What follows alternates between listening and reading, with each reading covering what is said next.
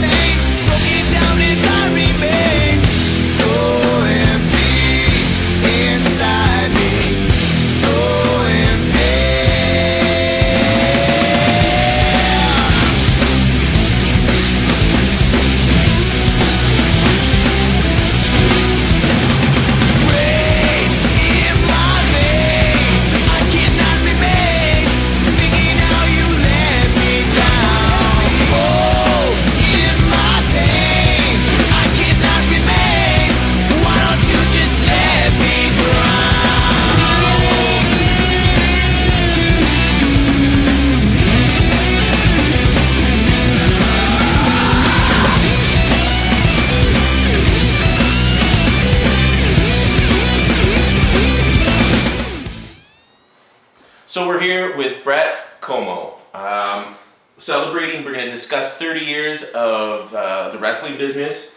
So Bret, thanks again for making time to come here and have a discussion, talk about your career.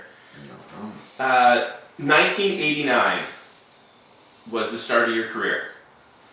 Yes. So what originally got you into wrestling? What got you interested in becoming a wrestler? Well, I guess I grew up in Calgary. Actually, like a block or two from the Hart's house, from the old mansion. Owen was a year younger than me. Diana was a year older.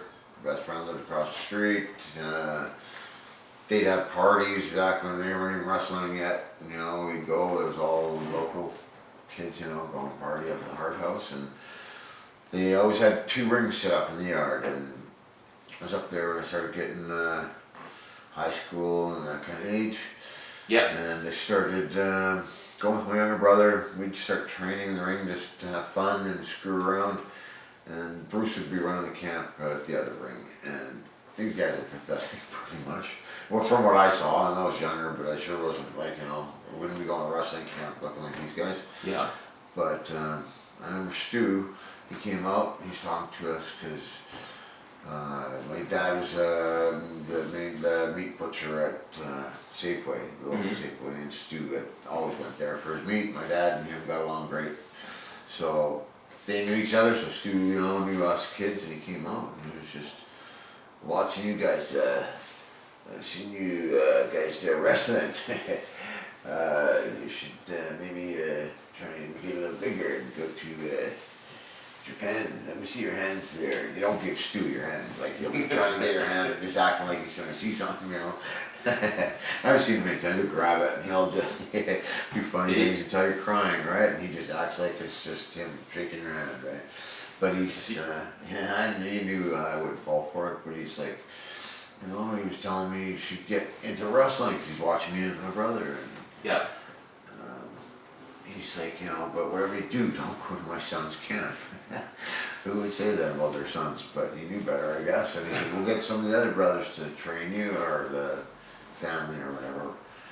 So that's how I got in. Because you know, you say in Mexico and Japan, smaller guys, you know. Oh yeah, guys yeah, sport. of course. So, Yeah. you know, even Stampede, the smallest guys was Dynamite, but he was just so over. You know, other real small guys, right? So, Right. but he kind of talked me into it, and then the family never did.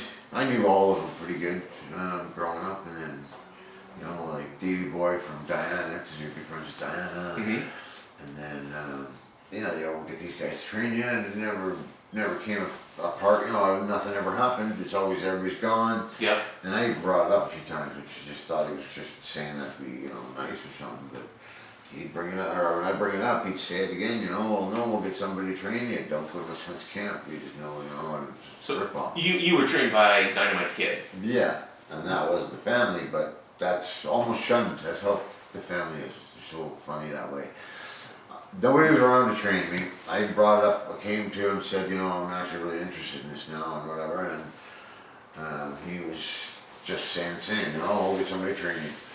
I ended up going, Les Thornton was running a camp, and he had some, like his own little federation kind of going with his new guys, and Dynamite was training, and he was at his place. This is in Calgary. Yeah, and it's just outside of town, same as, you know, a little farther than the entire Hearts from my house, but, you know, like a 5-minute drive, not far. Nice. Perfect, so everything was good. Hart family hated me and my family for it. They shunned us for the longest time. It's just weird that way, right? They shunned us because I didn't go to their son's camp when he kept telling me, and it was over a year or more that I got put off. So, you know, it was funny where I had to go and get Diana, who's totally against us, even though she's like so nice and, you know, our best friend at times. She had to go and sort of smooth it with the family like it was court, you know, like some weird heart stuff. But yeah, you know, they shunned my family because of what I did. And I ended up getting good and helping train some of the guys like Chris Jericho and Lance Storm at their camp, where their sons aren't even there training. And I'm there putting, you know, just to train myself better. Yeah. And started working with them, and you know. You were just saying Jericho, Lance Storm, Benoit. Yeah, he was already wrestling. He knew me from the Heart and working at BJ's gym. Yeah. And he'd seen me, you know, training in the ring, in the other ring, not with the school or Heart camp or whatever. I had to do my own thing with my brother or a couple other guys I knew, and there was Brian Peterson at the time, big monster. That I picked him up from somewhere. He's a collector in Calgary, a bad guy. Ended up, he's dead now, but he would have made it. He was a crazy Steve Austin kind of character, but a shoot. With Stampede? Yeah, he was, WWF wanted him. They knew he was, you know, he was a guy that was just big, looked like a, like, you know, he was an Austin type attitude for shoot. Yeah. But he was a legit bad guy, which is pretty hard to work with because you don't like something, you know, they take it to heart, right? Yeah. But he was a great guy, but hey, I went and trained with him and, you know, a few of the new guys that they just want, but they don't put in the time at Bruce's camp because it wasn't the way to go. So you also continued training with Bad News Allen at some point? Yeah, Mike Lazansky, a good friend of mine, was he knew him good, his family, and from our shows we were running and doing half decent. They were watching us, and it was he knew Mike's parents somehow good too, and just kept inviting us, or we invited him to where there was a ring set up in Calgary, and Mike just always talked to him through his parents and stuff. So he got hooked up to come and train with us a few times here and there, and then kept coming. he's having fun, right? Yeah. You know, bring him back into where it was fun again, I guess. Yeah. Is how I put it, right? Yeah. That was good because he's a mean shooter of a judo. Like he came in bronze in the Olympics, right? Yeah. So you know you're doing shit in judo, right? Whooping ass. Don't get a Olympic medal for being faking, fake Yeah. a wrestler or something, right? Yeah. So he was good to learn from. Especially Japan. He was always Japan too, so he knew that style and he just fit in that style, right? Like Yeah. he was a shooter, right? He's him and Dynamite, they can take on anybody in the world, for a shoot. So it's a good thing to be on their good side. Yeah. Shoot, them guys training me. No doubt. No doubt. Yeah. With so like guys like you're helping to train Jericho, yourself, you just mentioned Mike Lazansky. You guys ended up traveling together once you were trained. You guys were getting shows. Can you tell me a little bit about that? Yeah, from the start, anywhere it would take us, we went, pretty much. It's me and It was mostly Western Canada. everywhere. Like Mike Lazansky just had connections. He was a pretty boy. He was like, he was the Pillmans in Stampede Wrestling. He was the, all the hearts they're trying to be, the baby face, especially Bruce, blue-eyed, blonde baby face. Yeah. 80 special, right? And yeah, he was just a legit baby face like that, right? So he got a lot of, a good talker too, so he got us a lot of openings, right? Mm-hmm. And I just fit in, I was kind of like a better worker, better face. He was a little bigger, better, as a baby face talker, right? Mm-hmm. So yeah, we went to everywhere from Winnipeg. He got us into then to Vancouver. He just knows, he's a talker that can get people like him, right? Mm-hmm. Really fun. No, well, Jericho actually mentions you guys traveling together in one of his books here. I'm sorry, it is the No is a 4-letter word. I think he mentions a lot of you guys traveling together in all the way down to Wichita and all around. We talked about that earlier. Where did Thunderbird come from? Thunderbird is Japan. I was just pretty much in the ring, or on the way to the ring. They played my ring music, and I had no clue. I heard the song before somewhere, but I had no idea. What the hell? It sounded like Star Wars, right? I was like, the fuck is this? It's not me, right? I'm like this. I'm like Dynamite. Go out there, and if you want to fuck around, I'll fucking do a Dynamite. And either get fired or fucking they work with you. Yeah. But I knew the song from somewhere, couldn't figure it out. And it was just crazy because after I got all these Japanese people running up giving me these dolls and stuff, and it was weird as shit. Like, what with the dolls? Like, yeah, I don't know. They're like these weird, like, I don't know, superheroes from the 50s or something. Like, like Race Car Driver, but this little stuffed animal kind of looking thing, but it was a guy. Yeah. And I figured out after it was Thunderbird, that cartoon where it's like real people but a cartoon. Thunderbirds a go. Oh, 3, yeah. 2, 1. And then it was playing that song, and it was 10, 9, 8, and I'm thinking, this is kind of cool, but it ain't me really, And then it's like, hey, go, you go ring. And I was like, what? This is me, Thunderbirds, okay. I didn't have no idea. Thunderbirds a go. Yeah. And then I couldn't figure out, these dolls, and I didn't know the shit till after the guy told me it's that cartoon with the real people kind of, shit. And I had no clue. I didn't even know. I've seen it, but I had no idea. Like, I'm that guy, and I had no idea how I'm going to be that guy. I don't even know the show, but what does he do, right? Yeah. What do they do? Thunderbirds a go. And I don't know, I remember them crashing.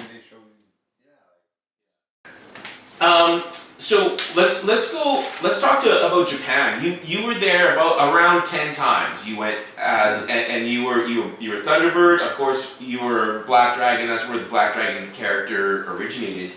Ultimate Dragon, actually.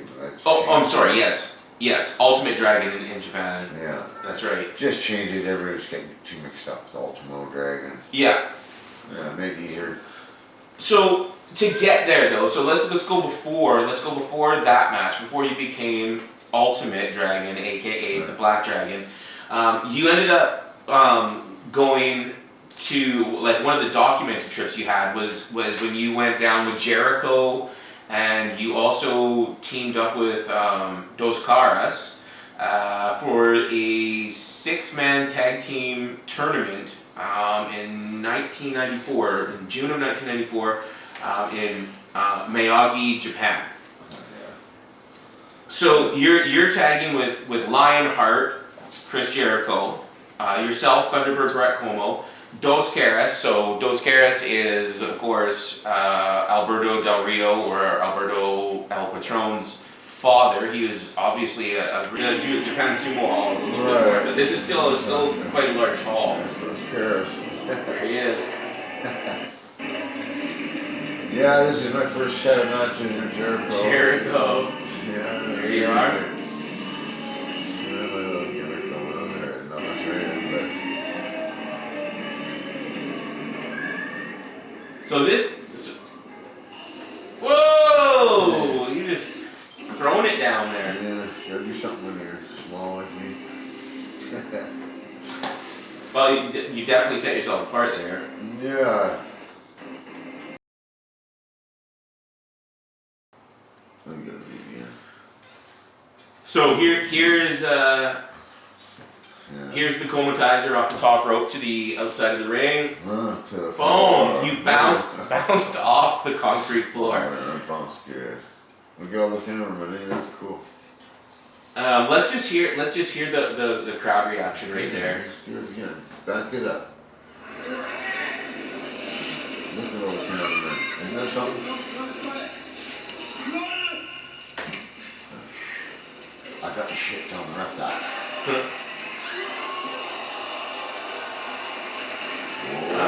That's about as pop as you're gonna get in Japan, I guess, at that time, right? Yeah, you do something like that, you kill yourself, and that's all they pop on. Wow. Anyways, yeah, these guys are. It's very quiet though. You can, like, you know, when you guys are just Listen to that. Just 10,000 people plus, and you can't hear somebody. Nothing. Hey? yeah. No. Whoa. Oh, so close. Yeah, just real quiet again.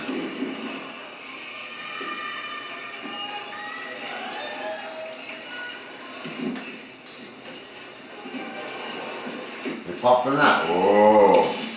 That's it, unfortunately. Yeah, 2 years in the making for that finish. I thought it'd be a little more exciting than that, but you know, sorry. Thing is, hey, I can't tell you that I came to this setup. I had no idea I was going to be wrestling him, to be his evil twin, all that shit. I always studied him, right? Yeah. That's just weird how apparently we are so close to each other that we just wrestled the same without even knowing it. I didn't watch none of his matches and copy him or anything. No, you guys just have the same style. Yeah, big time. So, On total opposite ends of the world, though.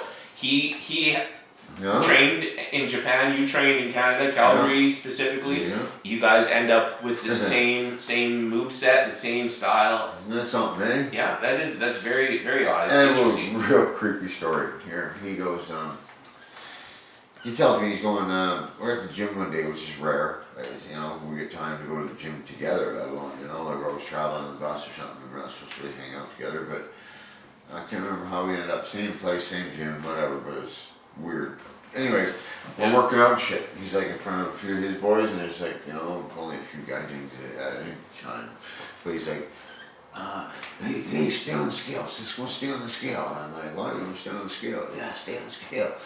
Why? You know, what's the thing? I want to see, you know, how close you are. Because he would, to me, look bigger and bally. You know, the Japanese body, a little more water retention, whatever. Mm-hmm. And I was ripped to shit there, you know. So I looked smaller but more ripped. Yeah. And he was thinking the same thing, I guess. He looked bigger, but I looked ripped, you know. So muscles more than fat, you know, wasn't a difference in weight. He's trying to get me to get on the scale. I'm like, I'm allergic to them. Sorry, right? What?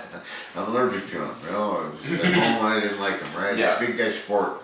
I can't get that big. I don't want to stand on the scale. I just want to get as big as I can, and whatever happens, I can make it. Yeah. Fuck, I'm telling him jokingly, I'm allergic to the scale, right? And he's like, what? You're allergic to the scale? Fuck, hey, you thinking I'm like something medical, right? Finally get on it just to get him from freaking out. He just looks at me with this fucking weird blank look on his face. I'm like, what? What's your fucking problem, right? He fucking gets off, he's still looking at me weird, or I get off the scale and he's still looking at me weird, and he goes like, fucking look at this. He stands on the scale, fucking 188. Fucking that scale, I stood on it, 188. Really? Both the exact same weight. You were 188 pounds, he stepped off, I stepped on. Wow. 188 pounds. It's just like each other. Guess I picked the right guy to be my evil twin, hey? Wow, what's the chances of that? Wow, that is pretty wild. That is very wild. Isn't that cool? That was a good one, I thought. That is cool. Yeah, because Ultimo is he doesn't look as ripped, but he's a little bit bigger. He looks bigger, but hey, we weighed the same. Yeah, that's wild. It was something. You know, with your battle with Ultimo, as Ultimate Dragon, your Black Dragon persona was really made at that time. It was born out of Ultimate Dragon. Your costume, the Black Dragon gear was handmade, pretty much customized to you in Japan.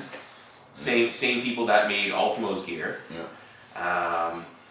That's pretty cool. So that was just they were just like, that's your stuff now. Yeah, they killed and said, here, there's your gimmick, right? Yeah. Okay. Just thought it was just some other gimmick, and they give me the stuff, and they're like, here you go, and it's like your Ultimo's evil twin, and I'm like, what? Why can't you tell me this? I could study tape or see something, what he does or what I could, there's gotta be a reason I can counter him or do something, knowing the inside, right? Yeah. Didn't have a clue. They didn't fucking care enough to, give us any kind of details to make it just easier to make it so much better, right? Mm-hmm. Right? You get something like where people know they're not stupid. Marks aren't that stupid, right? They fucking know. So you were the only gaijin or American wrestler to receive the blessing from Ultimo Dragon to continue using that character. To continue, basically, gaijin is an American, Canadian, White guy. yeah, wrestler in Japan, and he was Ultimo said, give her. He said he was just because I wasn't an ass. I wasn't. We got along great.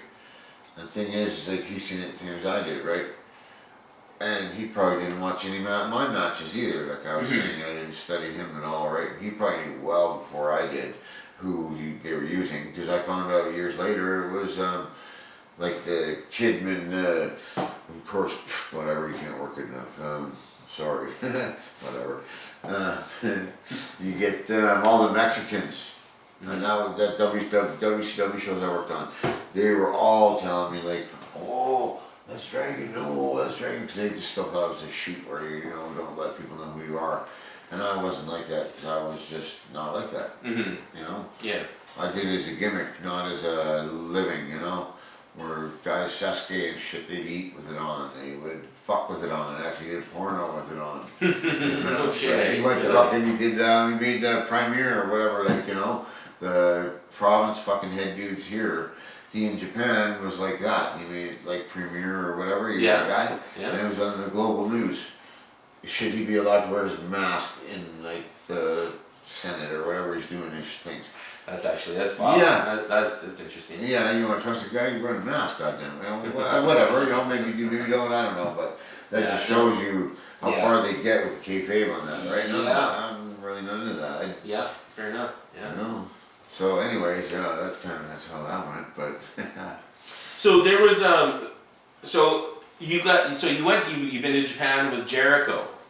You've been to Japan as as Black Dragon or on that time there, you've also been to Japan with Jericho and Lance Storm, which is another time. Is that not correct? Is there Never was Storm. never Storm? Not with Storm. I never went to Japan. He went to WAR war after I did. Oh yeah. He was never there with me. Nope. Storm never came with me to there. I think that was his only tours to Japan that I know of. WAR. Where's that photo from then? This was in Japan. Yeah. Well, there's Lance Storm. You know where that was? There's Jericho. That's Jericho's wedding. Jericho's wedding was here? NASA came to fucking Winnipeg. Oh, I bet you he did. That's what I'm thinking because Storm never would have made it to Japan with us. Which I'm surprised because he's such a good worker. But that was, I'm sure that's what it was. NASA came. Look at you wore a fanny pack to Jericho's wedding. Yeah, 80s. That was the 80s. Those should be zebra pants. Zebra pants. Isn't this some 80s wrestler? You know I should have had the fucking half shirt on. I would have been set. Let's go through some of these photos. If I had the half fucking shirt on, you know, the old muscle shirt. Yeah, no, I would have been set. Yeah. I would have been 80s all the way, bro. Okay, so we got you here. This is Jericho's. Do you think this is at Jericho's wedding? I think it was. All right. Well, there's Jericho. Because Storm never made it to Japan with us. He should have. Yeah, that's Jericho's. Here's probably Jericho's wedding as well. This is Jericho's wedding. Look at Jericho's vest, his satin vest, the satin vest of Jericho. Oh yeah. You know what, Jericho? Vest here and there. What's that for a big wheel, eh? He bought me $400 boots last week for my 30th. You know what? For that vest, thanks, Chris. You just made the list. I love you. There you guys. Did you recognize that, John?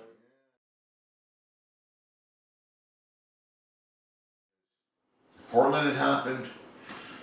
Me and Lenny Sinclair were tagged up, and we were the top heels in the company, and we tried to do old Stampede style. Mm-hmm. You know, they go, I'm not the best, or all that kind of crap they always do. We made interviews fun and funny, where everybody came to watch the interviews. Mm-hmm. All afternoon, they'd spend 2-3 hours watching all the interviews for a month's TV taping. Because it was so exciting and fun, right? And they would, we'd see who could outdo each other in these interviews. Yeah.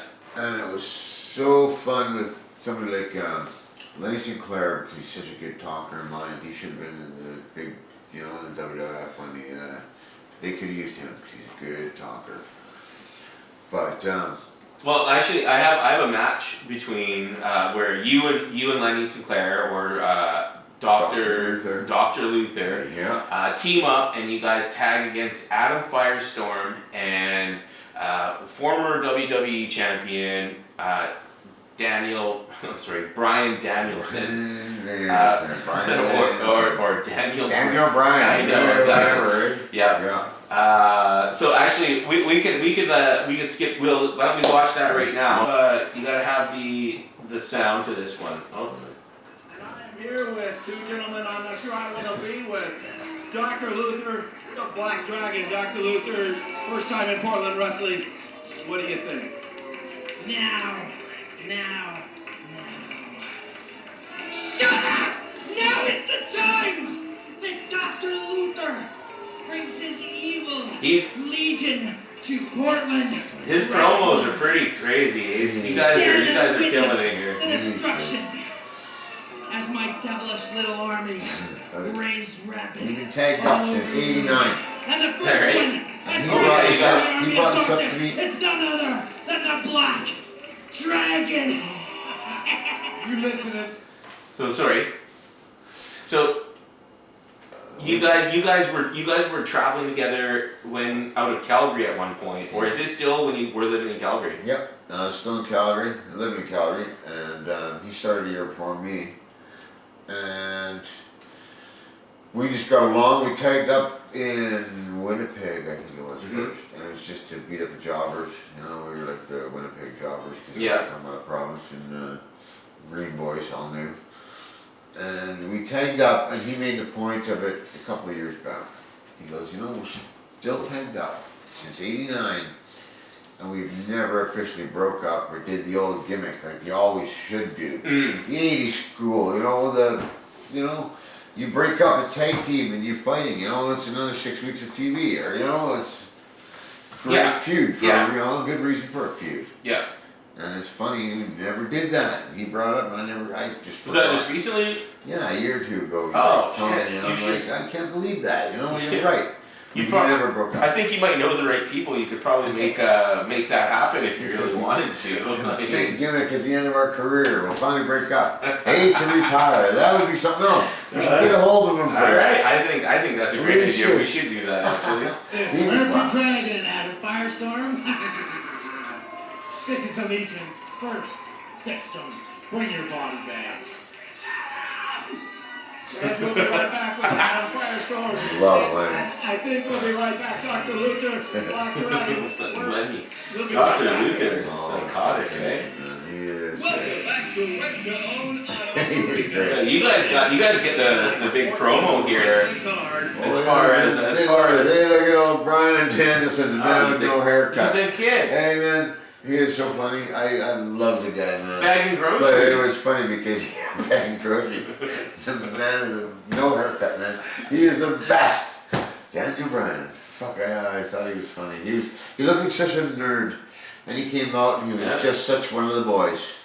Hey, here you guys are. You're going straight up here. Just. And the man with no haircut. Fucking love him. But he just has the shittiest haircut until he let his fucking beard grow out. It's almost a mullet. This is, Yeah. What year is this? This is about 2000, 2002. Yeah, probably. I think it was in between 2000 2002. Yeah, for sure. I think. Yeah. So this is this is Portland. You're still going to be wrestling with ICCW at this time. Oh too. Yeah. This is Portland. We had a good run. We had 2 years. Is there anything else, like when you're doing these matches here with Portland, you're doing ECCW, is there anything else, any other promotions at this time? Yeah, I don't know if they're doing any of this local stuff here, but it's probably just ECW or ECCW. I think we were doing it out here at that time. Yeah. Who else would I be working for? Unless I went to Calgary, just because I felt like going to Calgary, it would be, Stampede is still going on No, the same I don't think, no, back then, no, it wasn't. Stampede closed, they had the new Stampede and it was a joke. There's other companies running once in a while, like all sorts of different ones, guys, more like wrestlers that just put on a show, or they know somebody that wants a show, so they make some money doing a show. Sure. But, yeah, Portland was a great run. They took care of us, and they had good TV, steady audience, good workers.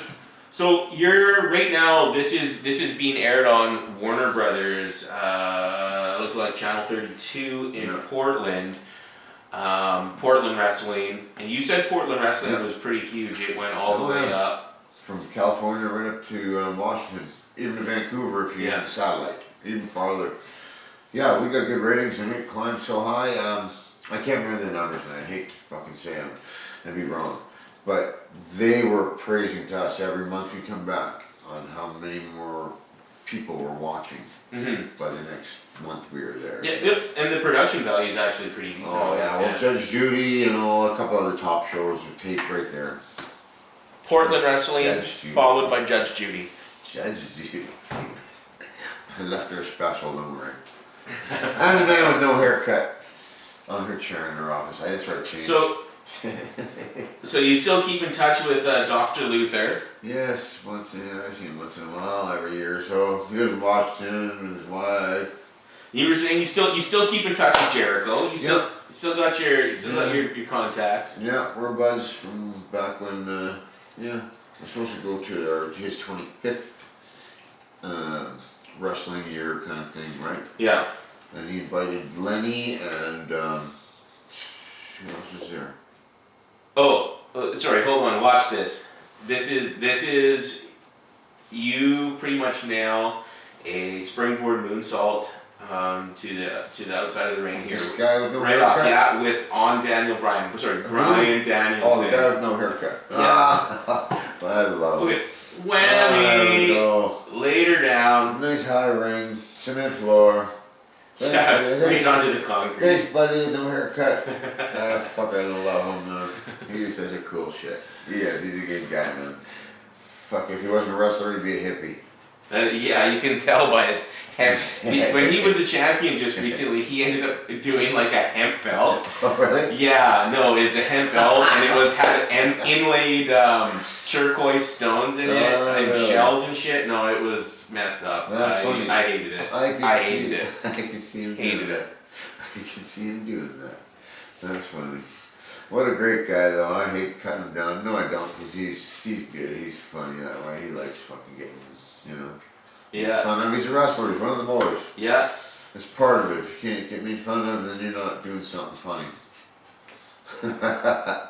It's true. You can't take yourself too seriously. No. Yeah.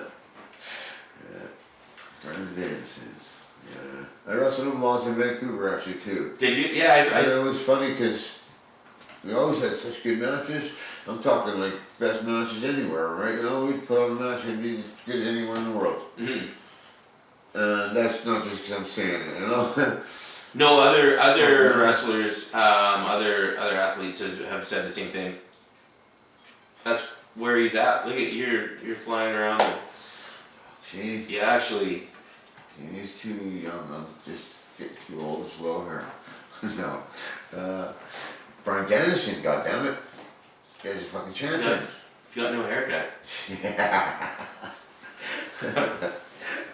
He's a good guy. Fuck yeah. Yeah, I'm glad I got to wrestle him lots in Vancouver too before any of this, because, you know, he was good right from the start. He was like one of us. Yeah. Trying to make it, always too small. Mm-hmm. Had his little tryouts and stuff because of Shawn Michaels trained him. You know, never went anywhere. He made some money doing it, but never really went anywhere. And then Yeah. I really don't know how he got into that. That was fucking great. Good for him. Because it was, you know, it was just same with me.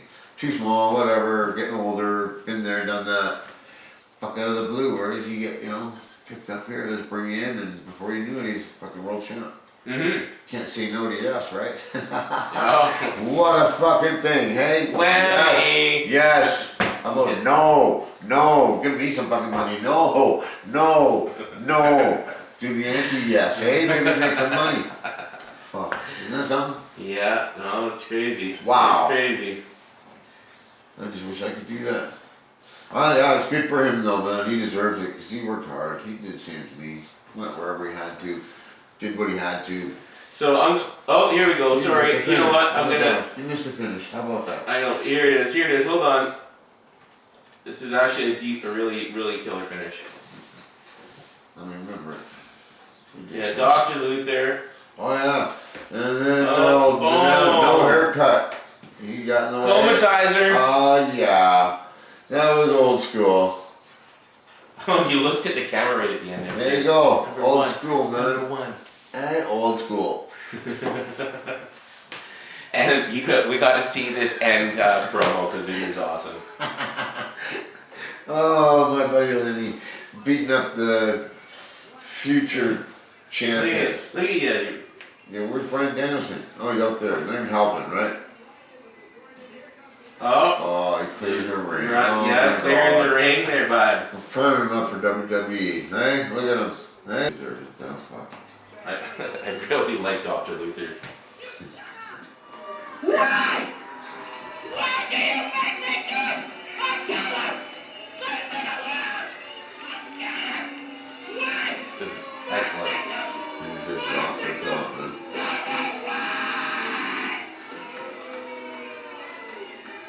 What's going on with Dr. Luther? And I'm not sure I want to be in here.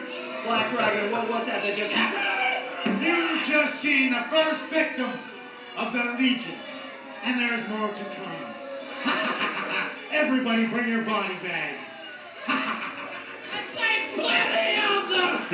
Dr. Luther, Black Dragon. Oh, Lenny. Bring your body bags, man, kids. that right there is why they got us to help book this shit in Portland. Yeah. Because they said they never fucking seen something so funny, but actually not comedy, stupid funny. We had shit like that, you know, like, who says that shit? Man, that's old Stampede stuff. Half of the shit's for the boys. You know, the boys get it and they'll be laughing their balls off in the back, and everybody else just thinks it's a show. Watch the show, cool, it's all good. Yeah, it's funny, man. No, that was actually a great match. Yes. Oh, Daniel Bryan. Yep. Kiss, sweetheart. Oh, how sweet it is. Good old LC. And the Black Dragon makes its first appearance here at the Asylum. This is the man that pinned the Ultimo Dragon right in the middle of the squared circle in Tokyo, Japan, and went on to become the only Gaijin, or American wrestler, to receive the blessing of the Ultimo Dragon to continue on the Dragon character. This is like West. And I can Westminster. guarantee you that this match For will Surrey? be non-stop I action. think that's Surrey or Westminster. Which one was it? So There's one this is I don't know. See, he had both. yeah, he did have the world. belts there. So this is ECCW around 2002. Yeah. Black Dragon versus Tony Kozina for the NWA Junior Heavyweight title. This is an interesting match. I'm not going to say anything more, but this is it was pretty cool. It's Tony Kozina is still wrestling as well, correct? Yeah, we're good pals. We had some great matches throughout the years. There's Tony two belts. All over. Tony two belts right And there. the Canadian belt, it was just a Canadian belt, NWA, but he had the world belt he won somewhere down in the States, right? And he's American, so it's hard for somebody like me to get it, but Yeah. he had it, and he owed me a favor. I always did him lots of favors, so in the wrestling world, if you know what I'm talking about, he owed me a favor, and he said, no, it's got to be the 7 people that are fucking okay it kind of thing. And it was like we were wrestling night after night, and it was the same idea. I think we did it the opposite before, you know, switching titles and stuff, you know, the night before, and then freak the boss out, and then the next night we trade back. Whatever, put each other over, you know, instead of just listening to these cronies. Maybe. Yeah. And yeah, he kind of tried to want to do it, but he was more scared of the uppers and whatever, and yeah. Didn't really work out like it should have, but you watch the match. Tony's going top rope. Top rope Tony. Top rope 2 belts Tony. Little Joey, go Little Joey, go Little Joey. Ah, dude, drop ref got kicks. away. What the Drop hell? kicks You the see ref. that? Yes, Back I that did up. too. Look at that. Ref stumbled in the way. Dude, Back that up. I see how you're just The ref disqualified. just got in the way. Why would he do that? That's gotta hurt. Look at the ref. Watch, I'll stand in the way. Duh. Oops. Oh, takes a stiff potato. Hey, that was. No, I don't. He must be new at walking or something. That was good, hey? Yeah. Couldn't That tell was I did anything. And look at that. Wicked reversal. See that shit? That was fucking cool shit. And what happens? Tony fucking botched. Oh, look at Fuck Tony. I gave it to you. And you fucking dropped the ball, man. Bah! Round 2. Suck, man. You dropped the ball there. Tombstone. Bah. See, after that especially, it should have been, fuck, hey buddy, too bad. Here you go. I fucked up. Well, right? Well, you're gonna get screwed a second time here too. Yeah. Oh, like a young Ricochet. Jeez. That fucking dumb ref stepped in front of that drop kick. That was a stiff one too. It looked good. I'll give him that. Yeah, he fucking took it good. That's good. I don't see a ref doing that nowadays. Too scared.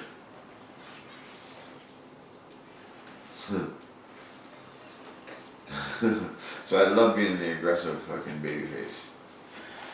So ref is still out here. Yeah. Yeah. He's trying to get with it. You're gonna nail the comatizer.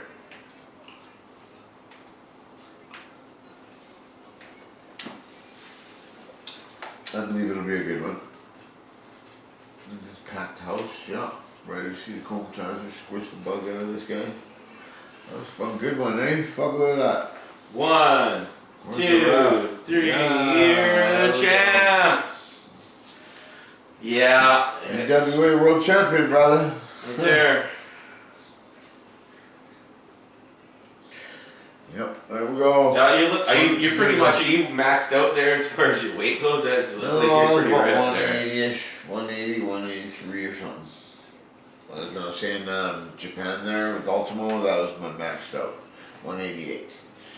And I got there again, but I don't think it was here. This is about 180-ish. I think I was still pretty jacked, but. You're just loving those belts. Well, fuck yeah, I got 2 belts. Look at this. I get to go travel through the States. Because you got a fucking, the world belt, you get to go, and you have to go teach. Look at that, he disqualified you for pulling, for him tripping in front of the ref, tripped clearly. Rolf, I didn't pull him. Did you see any kind of me pulling him?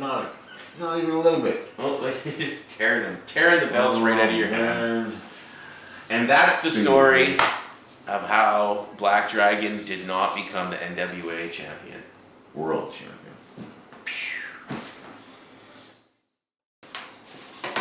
So, fast forward ahead here. Now we're, 10 years ago, 11 years ago, you started wrestling with Thrash Wrestling. Sure, something like that. Was it around that? 10, 11? I'm not sure. I know they've been a while. They've been like 14 years around. Guys used to go watch them when I was wrestling, and they were like, "Hey, you gotta see this on the way home from work. You'd be coming from the mill or something, and interview or, these guys they fight outside." And he was a total wrestling Marcus buddy of mine. He's dead now. And he was like, "You gotta see this shit." He came to my wrestling. He loved it. And actually, I was gonna train him because he was a Ric Flair. He was just a. He put you on to Thrash. Oh, the Thrash, yeah. He fucking said, you go there and it was like, guys throwing each other off the roof. What else did he say? Setting each other on the fire. What else? There was all sorts of these things that I'm like, that's why I don't do this wrestling, The most I get is you throwing pop at me, and that was just probably because you wanted to piss me off because you're drinking it. You'd make sure you knew I had booze. You had booze and I didn't do something. No, it's funny because,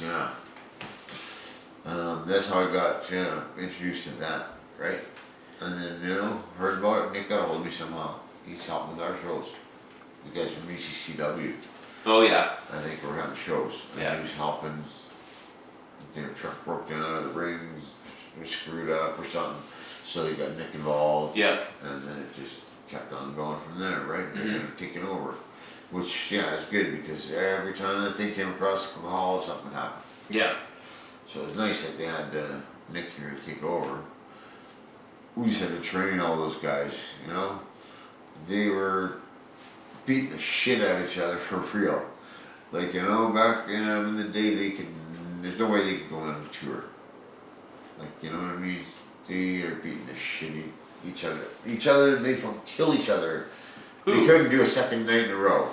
Like you get Slave and Michael Moore or whoever fighting. There's like once a month, they kick the shit out of each other and it's fucking great, right? You go on a 2-week tour trying to do that shit, let's see how far you get, right? Right. 3 days in, you're like, let's take a day off. Well, if you can't, we're gonna wrestle. Oh shit. You put me against a girl? Then she kicks the shit out of you worse than he does. Yeah, that was a bad call. So, 30 years of wrestling. You've met a lot of guys. I've heard some stories that aren't on camera today, which probably are a good thing. I like the Sean Waltman 1, 2, 3 Kid story. Thank you very much for that. You've been a heel. You've been a face. What is your preference? What do you like doing? I personally think aggressive babyface. Aggressive babyface. I like that. I've just always been over. It's probably Steve Austin kind of gimmick, right? Everybody loves me because the mask, all that shit, like superhero. The kids love me. I don't know. It's just whatever. I can tell them to shut up. I hate their guts. I can do all the, just not even the cheap heel shit. Just get them to try and actually hate you for other stuff, like real stuff. And over the years, you learn how to do that a little, Yeah. And I don't get into doing that, really driving it in, but I can try and be a heel like that, and then all of a sudden, by the end of the match, they're into me cheering and stuff. It's really weird. It's just people like either the winner or I'm not like I'm always winning. A lot of times I do a job, but either just always something. You know, like it's weird because I don't know what it is. It's just weird. Well, you be the good guy. You tell them shut up, and they fucking still like you. Yeah, you're kind of like a superhero though. The Bret, I'm sorry, the Black Dragon character is kind of like a superhero. I think, and I think that kids see it as you're a superhero. You kind of have that stature, and the kid would like. I see it. You know, a good example is recently when Sean Gaston posted that photo of him when he was, you know, I think he was 7 to 10 or something like that. 7 to 10, 7. I don't know. He was a young kid, and you know, you inspired him to become a wrestler. First professional match you ever went to. Yeah, that's wild. In Hope or something like that. Yeah. But you know, like I see it when I go to the matches. The kids love you, and they like, you know, you're like I said, you're a superhero to them, and they see that character, and they love it. It's so I can see where the heel or where the face part for sure comes through. Yeah. But you know, where we just watched that match with when you and Dr. Luther took on Adam Firestorm and Bryan Danielson, you were healing out there. Yeah. You were telling people, you were saying, bring your body bags. Bring your body bags. Like you were healing right out. But then like if you know, for the most part, I don't recall seeing you anything but, you know, over as far as Thrash or Big West or any kind of events like that, you know, Invasion. You're not really that character. You're more you're over. The crowd loves you. Yeah, it don't matter if I'm heel or baby, and I'd rather be a heel. To tell you the truth, just easier. Baby, you know, it's like you're always running around kissing people or shaking hands, and you know, kissing babies, and you know, it's like shaking babies and kissing old ladies. Man, I don't know. It's like I think people like that. I think that's what they expect from Black Dragon. Yeah. Again, you know, you've got 30 years of experience. Like you've told me stories I've heard today that are really cool. Like again about 1, 2, 3 Kid. You know, Owen Hart. You know, growing up in Calgary with the Harts, like just down the street from you. You know, going to Japan, Mexico, you know, wrestling through the States, you've done all kinds of stuff. I'd like to know what your favorite match was that you've had in your entire career. What do you have one, or is there? Yeah, favorite match. Wow, that's a tough one, you know. I've had like a lot of good matches, and sometimes you think the great match is gonna be. You think it's great, and it's kind of like after you watch it, it's like if you see the tape, it's not as good as you thought. But I don't know, matches, great matches, man. I mean, that fight was really cool. Christopher Dan was always good, just because you knew you didn't have to do nothing. Like it was, you could both do what I do usually with these new guys. You know, hey, you guys want to learn? Let's go out and just call it out there, and let's have a good time, right? Yeah. Hey, baby, just take it to me. I'll tell you when I'm going to heel on you, and I'll beat the shit out of you. Yeah. I'll give you your comeback, and you just take it home, right? Yeah. And they are shitting, not knowing they don't have it written down on their hand or carved into their fucking foot so they can read it and make sure they don't fuck it up. Mm-hmm. So it's funny how they get so scared and worried about that shit, right? But what a way to learn. Yeah. And he was like, you know, Chris Brown was the same as me, right? It was just like, yeah, okay, let's go out there and fly. Yeah, okay. There you go. You know, you don't want to give up a shit. It's up to the crowd. It's not up to you. You know, you're wrestling and you're beating the shit out of the guy, and then all of a sudden it's a reversal, boom. Fuck, if the crowd's so hot on it, you know, let the baby or the heel come on strong a bit. Wait until it's the right time. Don't take too long, but don't just cut it off. Wait and see when they start to die a little. Okay, okay, now's the time. Switch back. Babyface fucking does his thing, comes back, boom, boom, boom. You time it, so you got the crowd. Yeah, they tell you when to change it, right? Yeah. So Christopher Daniels is great. the guy that you'd say your favorite matches with. One of them, sure. I'd say him. Bryan Danielson is always easy. if I remember right, he does not care to do fucking 101 things, which at first he did when we were young, both of us. I remember the first time, I think maybe it was like that. Yeah. And then when I met him later on, it was the same as me. I was like, yeah, let's just go have a good match. Fuck, why do we gotta call 50 spots? We'll just do what we do. If Yeah. it's 50 spots, great, but I don't have to call that out here. Yeah, so I'd say him too. All right. Well, Just because he's decent. simple. Greatest. What is the Black Dragon or? Sorry. I always change that too. The best guys I wrestle, I always change it. Yeah, well, and I'm sure that'll change forever. You know, Oh, as yeah. long as you decide to wrestle. Yeah. You know, and Different mood, and I'll think of Sure. this match is better. Yeah. So what is your favorite rivalry?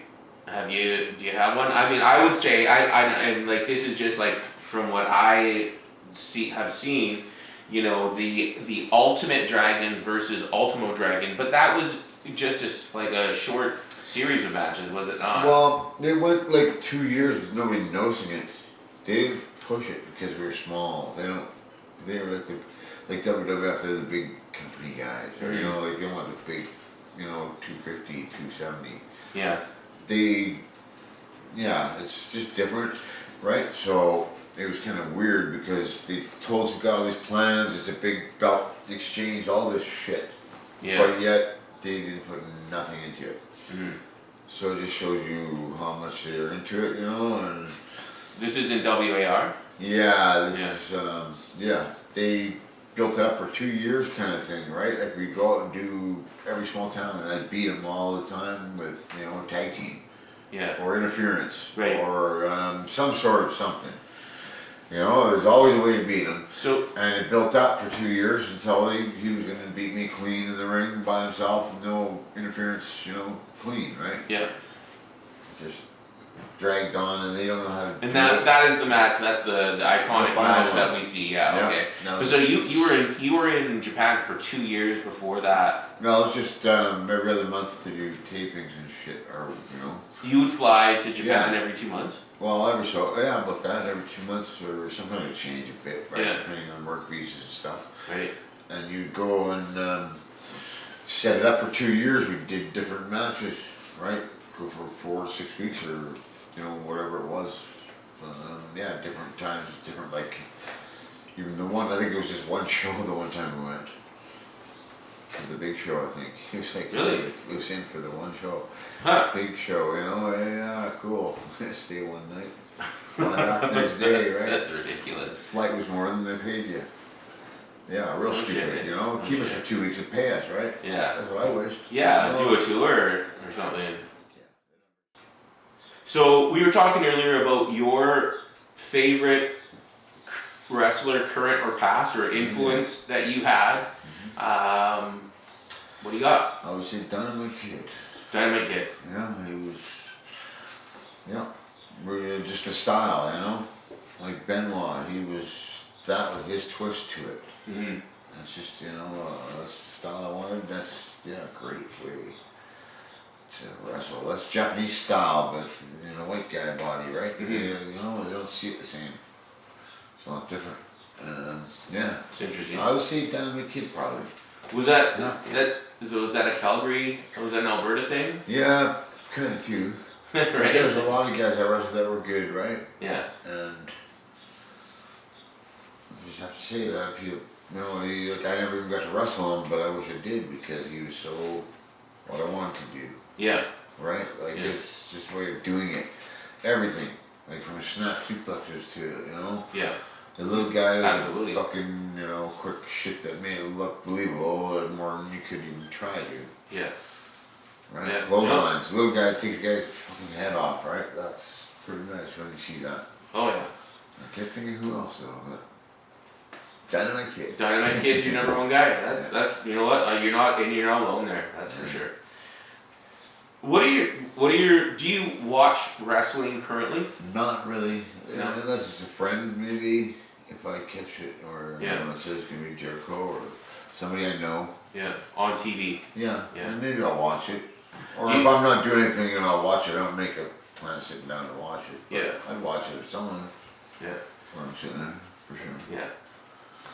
What are your thoughts? You've heard of AEW, All Elite Wrestling, where Jericho is and Cody Rhodes are basically starting their own independent, as far as independents go, kind of to compete. Not to, they're probably not even going to compete, but with WWE, but they're definitely putting it out there. Put a show on, right? Yeah. Hey, yeah, that's great. Somebody else with money that actually does have money to put on a show. Yeah. Not, week in Calgary, next week in Edmonton. You get bigger, so you get down to Washington and Seattle, right? And all of a sudden you got these 3 shows, and then you try and get a tour going, and all of a sudden it shits on you 1 week, you lose it all, right? Mm-hmm. Here you get 50 people or less. What are you gonna do, right? You can't fucking keep working, Yeah. So it's kind of, really shitty, not like the old days, right? Yeah.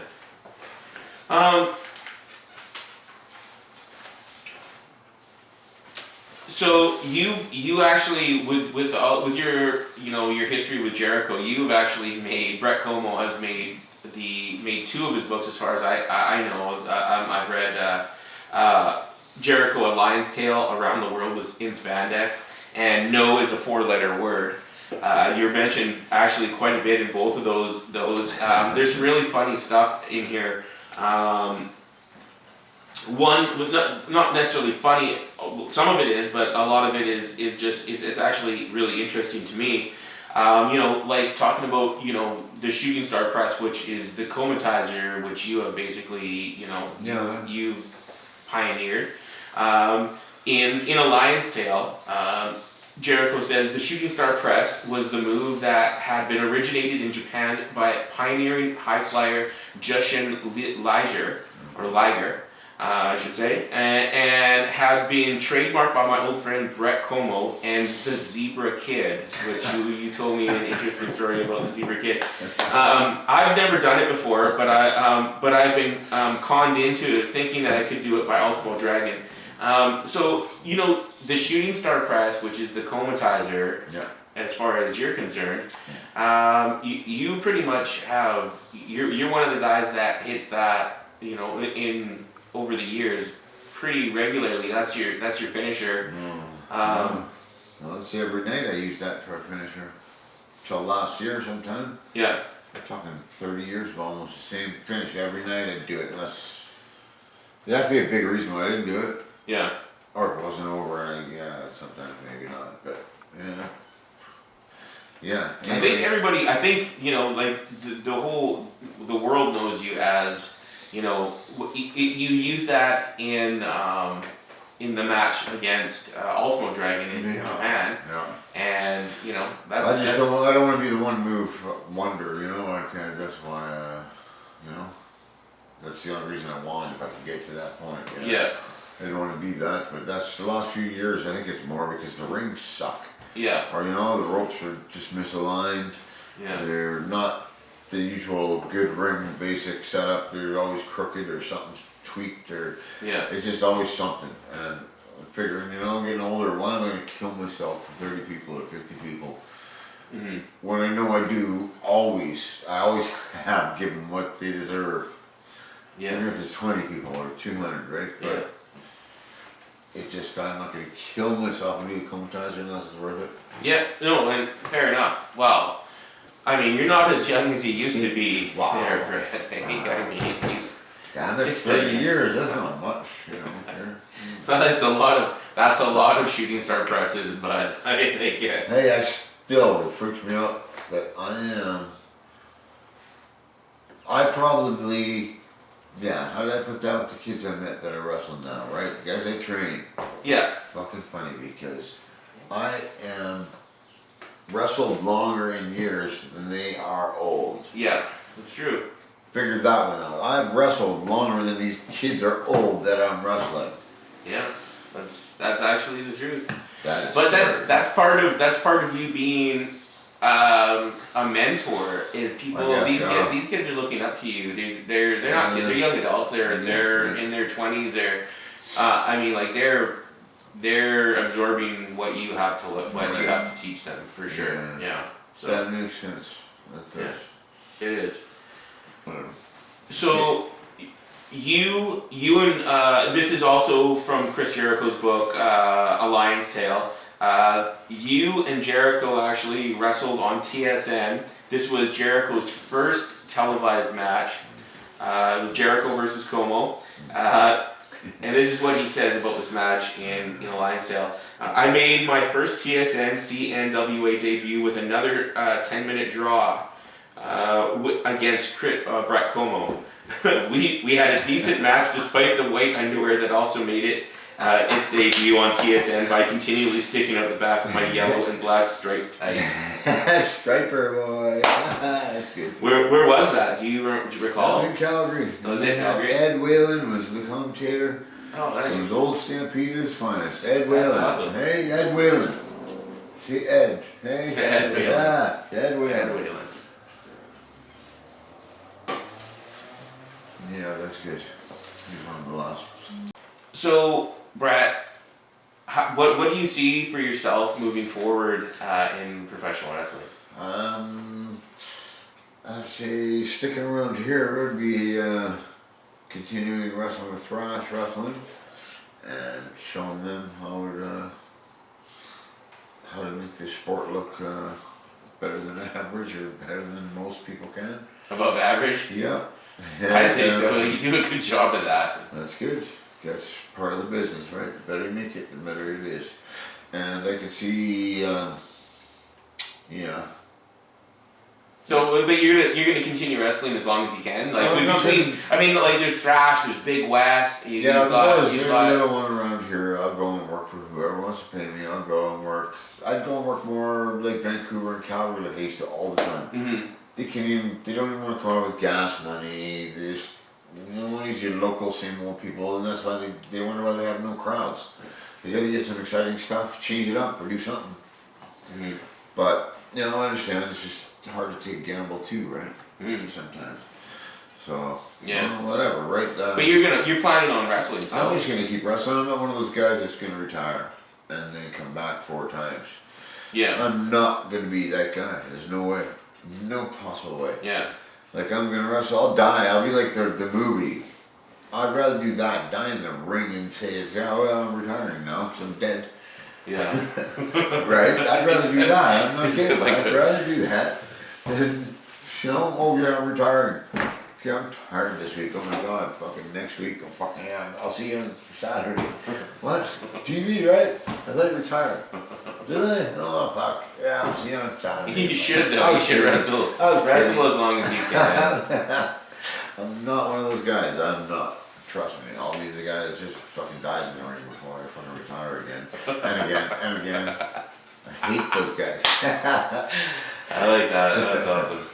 That's awesome. All right. Well, that's good. Well, I think between like we were just saying, there's Thrash, there's Big West, there's Invasion Championship Wrestling. CWE. You guys, I don't know if you've wrestled for them before, but you're still getting booked on a regular basis. So I was just thinking full time. To be I was saying nothing to do a shoot job. That sucks. To be honest, I don't know what would happen if you without Black Dragon. Black Dragon is a staple for Okanagan wrestling. You can't tell me that it's not. You're a true legend here, and we're really lucky to have you here. And that's more of the reason that we should respect. Well, thank you. Respect your elders.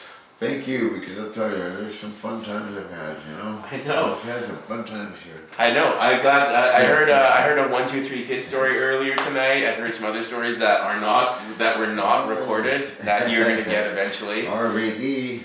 Yes, the RVD story, awesome too. Okay, so this is episode 1 of 2. All right. So thanks for watching, guys. Bret. Here we go. Till next time. You get some good stories. Peace.